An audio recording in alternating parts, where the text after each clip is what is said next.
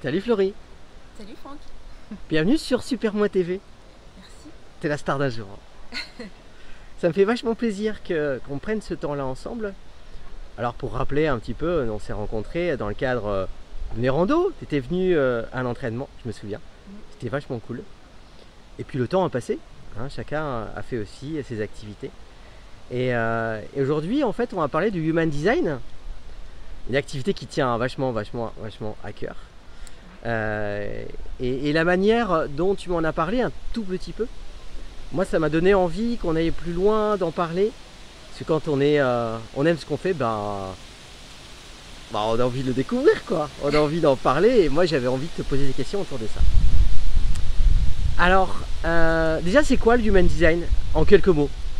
Alors en quelques mots, le Human Design en fait c'est un outil de connaissance de soi Ouais, qui s'appuie sur plusieurs sciences, autant des sciences plus anciennes comme l'astrologie et d'accord, aussi des sciences modernes comme la génétique. ok, Donc voilà, donc moi en fait je me suis formée à cet outil dans le but en fait c'est du développement personnel à la base. ouais, Et puis voilà, je suis tombée en amour, comme on dit, avec, avec le Human Design. Et du coup, aujourd'hui, il m'accompagne et puis je l'utilise pour mon métier. Voilà, j'en ai fait mon métier, d'accompagner avec le Human Design.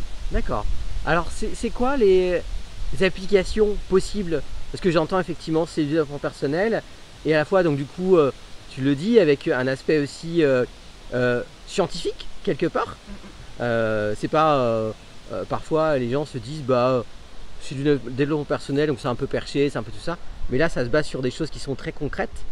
C'est quoi les applications possibles du coup du Human Design dans la vie, au quotidien, etc. Alors c'est hyper complet, en fait on peut, ça touche toutes les sphères de notre vie en fait. Parce que vu que ça a été développé dans les années 80, c'est assez récent comme outil et que ça s'appuie sur plein d'autres outils ou sciences. Ouais. Du coup c'est hyper complet. Donc on peut aller voir autant la partie mission de vie, la partie relationnelle, la partie émotionnelle aussi, tout ce qui est intelligence émotionnelle. Ouais. Et il y a aussi toute une dimension qui est vraiment liée au corps. Qu'on appelle du coup la dimension vraiment cellulaire. Et ça va être lié à notre alimentation, nos routines de vie, même le lieu où on vit. Et c'est là où moi il y a un petit lien, puisque voilà, avant de me lancer dans l'Human Design, j'étais dans l'habitat, voilà, l'organisation, la décoration d'intérieur.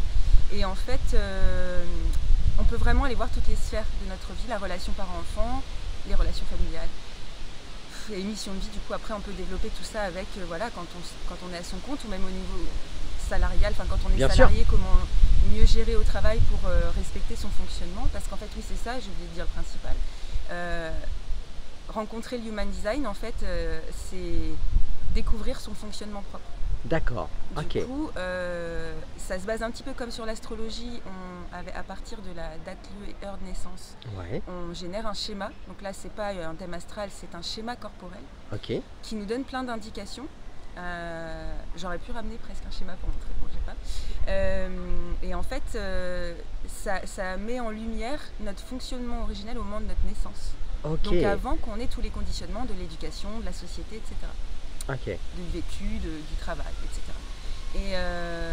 Et en fait, c'est vrai que dans la société aujourd'hui, on doit tous un peu faire de la même façon pour rentrer dans les clous, les codes, les cases, ce qu'on veut.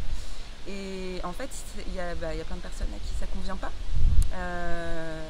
Sauf que ceux qui sont considérés comme marginaux ou trop hyperactifs ou hypersensibles ou hyper ceci, en réalité, ils sont juste eux-mêmes. Mais il y a bien plus de personnes qui sont comme ça, c'est juste qu'on se renferme et on gomme.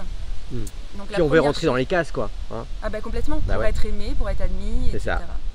Et en réalité, quand on fait la première rencontre avec le schéma et que... Donc moi ce que je fais, c'est que je fais des lectures et de l'accompagnement avec ce schéma, en fonction de la personne, là où elle en est maintenant aussi, puisque forcément qu'il y a un écart entre ce qui s'est passé comment on est arrivé à la naissance avec notre fonctionnement propre et ce qu'on est aujourd'hui avec toutes nos expériences. Et du coup, je perds le fil de ce que je voulais dire. Je peux peut-être te dire ce que je perçois en tout cas par rapport à ça aussi. j'ai l'impression qu'il y a, comme tu sais, un système de couches en fait qu'on s'est rajouté petit à petit. Et l'idée c'est de revenir peut-être à la couche initiale, quoi. Ça, celle avec laquelle on est venu au démarrage, avec qui on est, etc. Oui, bah, du coup, merci, ça me rappelle ce que je voulais dire.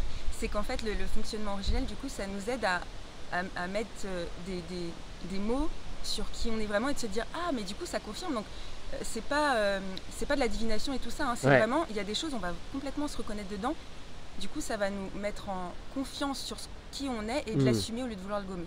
Et de se dire, mais en fait, c'est normal que je sois comme ça. Ça fait partie de moi et du coup, le fait de l'accepter, de l'accueillir, bah, du coup, on est plus tolérant envers nous-mêmes et on est plus tolérant avec les autres. On se dit, mais alors en fait, chacun peut être plus différent. doux, quoi. Enfin voilà, ça amène à des meilleures relations déjà avec soi-même, ensuite avec les autres et voilà, de manière plus utopique, mais en tout cas dans ma pensée, que le monde soit meilleur déjà au niveau humain pour qu'on prenne soin des uns des autres et prendre soin après des animaux, de la planète. Enfin voilà, c'est vrai que j'avais un peu cette envie quand j'étais dans l'habitat de sensibiliser à l'écologie, etc. Et je me suis rendu compte qu'il y avait tellement un fossé, les gens ne prennent même pas soin d'eux-mêmes, de leur propre écologie personnelle. Je me suis dit, il y a autre chose à faire avant. Et du coup, c'est comme ça que tout s'est un peu... En tout cas, c'est une nouvelle brique. Ah bah oui, complètement. Bah complètement. Ça a vachement de sens, quoi. Une question que j'ai envie de te poser, et parfois, ça vient pas d'un seul coup. Je pense à ce côté déclic, au fait que toi, tu t'es décidé finalement d'aller là-dedans, même si tu réponds partiellement. Tu te souviens d'un événement, d'un truc qui a fait où tu t'es dit, allez, je vais y aller, quoi.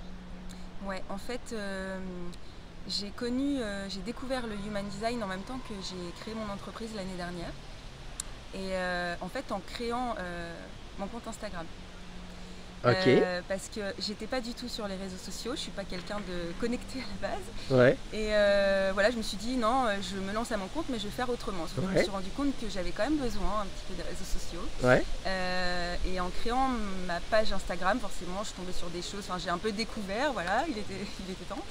Et du coup, je suis tombée sur une personne qui parlait du Human Design, qui formait au Human Design, enfin qui forme toujours d'ailleurs.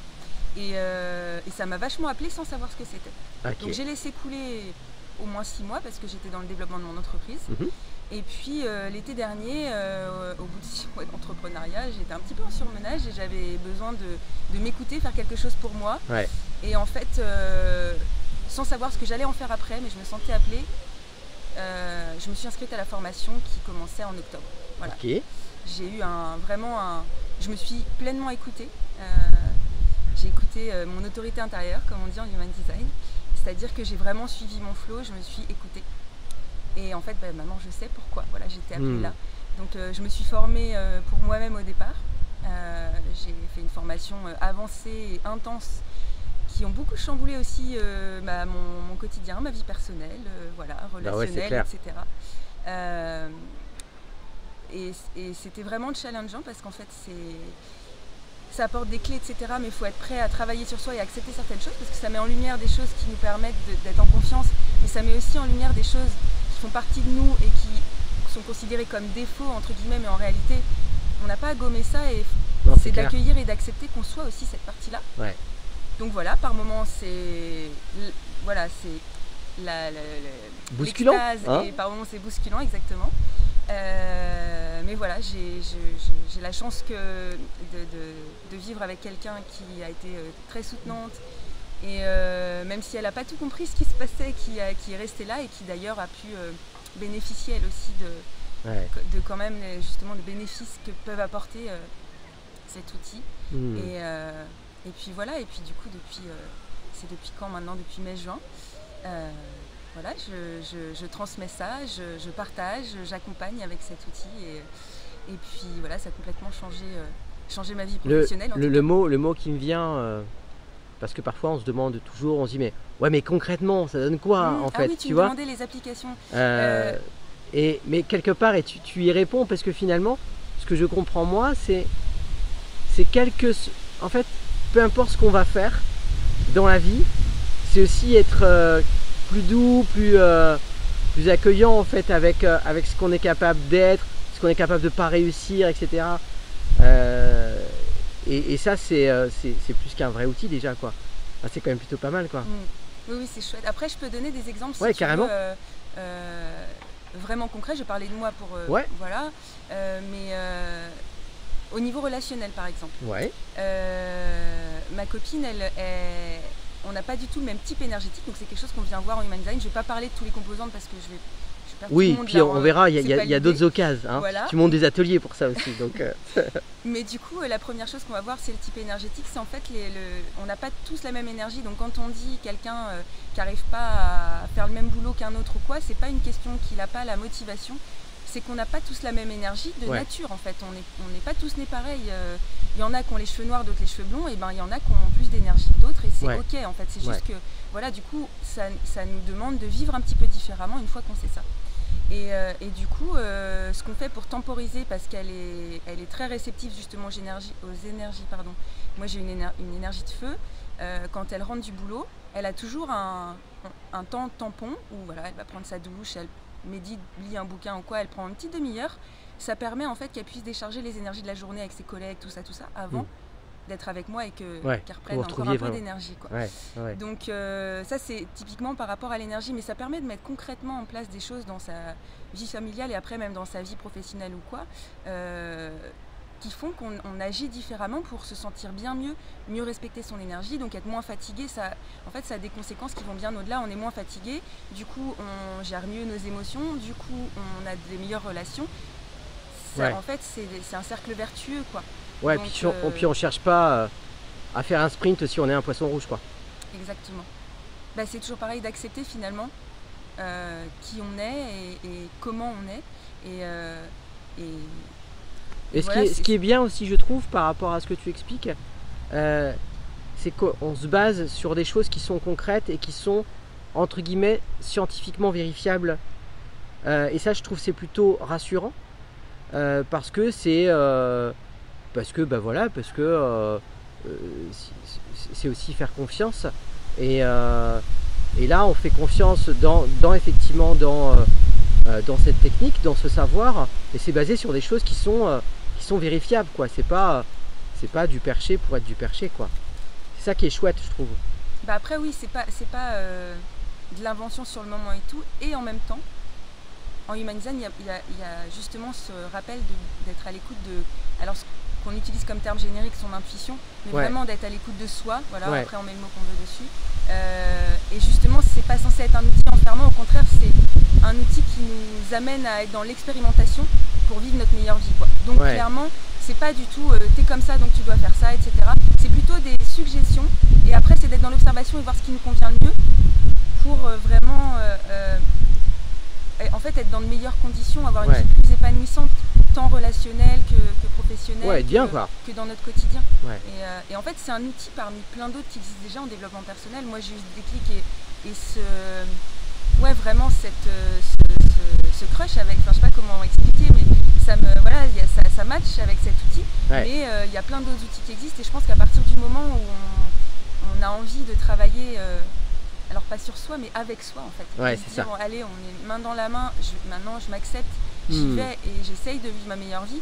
On utilise le Human Design ou d'autres outils, en réalité déjà on va vers quelque chose de meilleur en fait, on a envie d'une meilleure vie et d'un monde meilleur. Dès lors qu'on est dans cette démarche, en fait voilà, tous les outils sont bons à prendre, celui qui nous convient le mieux, celui avec lequel on a le plus de feeling, et voilà, moi il s'avère que le Human Design, j'ai vraiment trouvé ça juste c'est révolutionnaire pour moi, quoi. C'est une grosse découverte et voilà, j'ai envie de partager ça avec tout le monde et de pouvoir le rendre accessible tant au niveau individuel qu'au niveau collectif, pour que les choses changent un petit peu, quoi. Faire ma part à mon niveau. C'est ça. Tu te serais... Alors après c'est une question à la fois, je trouve, qui est pas pertinente, et à la fois je trouve qui est intéressante parce que ça nous permet de voir aussi d'où on vient, d'où on est parti. Est-ce que tu te serais imaginé un jour d'aller transmettre finalement des outils comme ça? Non. Avant j'étais vachement justement dans les cases et je trouvais pas ma place en entreprise. J'ai changé plein de fois de métier, d'entreprise, etc. Et je trouvais pas ma place. Et je cherchais.